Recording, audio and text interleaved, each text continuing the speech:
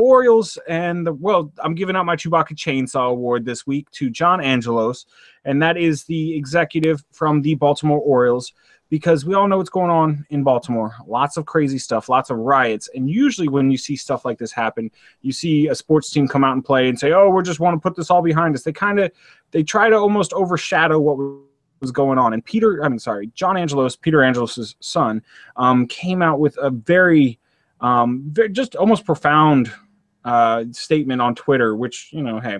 And now I believe this was a response to somebody who was angry.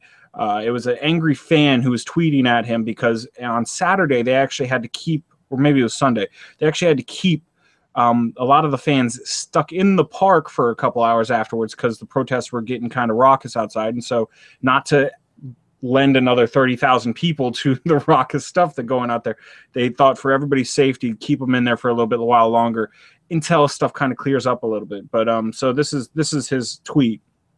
It says, "Brett, speaking only for myself, I agree with your point that the principle of peaceful, nonviolent protest and the observance of the rule of law is the utmost importance in any society. MLK, Gandhi, Mandela, and all great opposition leaders throughout history have always preached this precept. Further, it is critical that any democracy investigation must be completed and due process must be honored before any government or police members are judged responsible.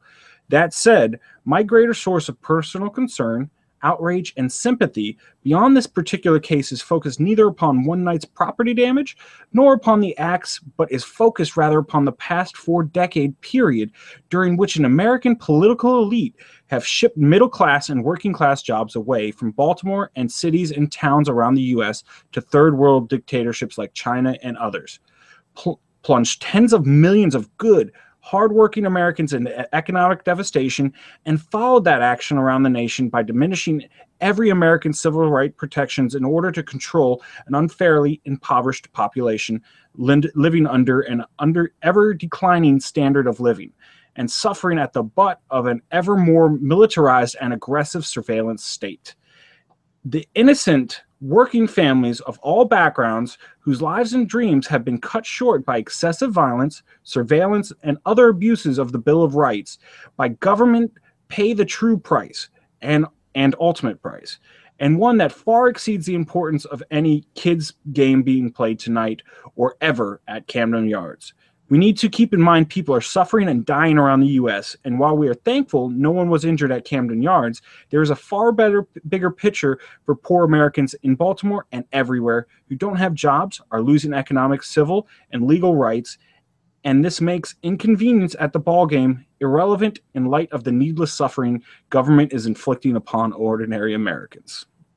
Wow, that's a lot right there, actually. Yeah, that was. I'm rather surprised. Obviously, he didn't get that into a 140 character Twitter tweet. Well, there was multiple tweets that they molded into one. Yeah. But that is, this is a guy who grew up rich, who is in a city where, yes, that is exactly true. They are taking jobs away from these hardworking Americans. They're over militarizing and they're clamping down on them. Again, we're not a political show right here. But I just think that an owner or an executive coming out and taking this stance instead of, the traditional, sports heal wounds and let's keep going, let's sweep it under the rug. Let's overshadow the craziness going on with the sports things. He said, no, let's take a look at why this is happening and the root of this cause. And you know what? If we have to cancel a few games, fine, be it. So be it. He's not encouraging rioting. He's not encouraging violence, but he is encouraging protest and he is encouraging change. So he's encouraging awareness of the issue and not sidestepping the issue just because there are problems with how it's being fought right now, but that doesn't mean you should ignore what the actual issue, the serious issues are. Yeah.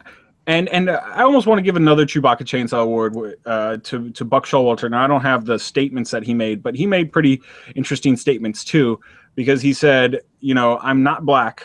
I've never been black. Anybody who says I understand why they're angry does not unless they are black. So I'm not going to make a statement on whether what's going on is right or wrong. I'm just going to say that, hey, I don't want Baltimore to go back to the way it was. I want the good to be taken from this, and I want the bad to be learned from. And that was another pretty crazy statement, because all you're hearing now is like, oh, how, they're destroying their own community. See, they're being stupid over there. See, here's the thing too. You could also look at it as not even a black or an issue or anything. Like, someone that is the issue. Their perceived injustice, as far as I'm aware, it is. But okay, we'll say that the jury's out on that right now. Happened to a human being, which people are angry about. Like, anyone could get angry about. Yeah, and I'm not happy about it. I'm white, and I'm not happy about it. But it's because you can say that, yes, there a minority.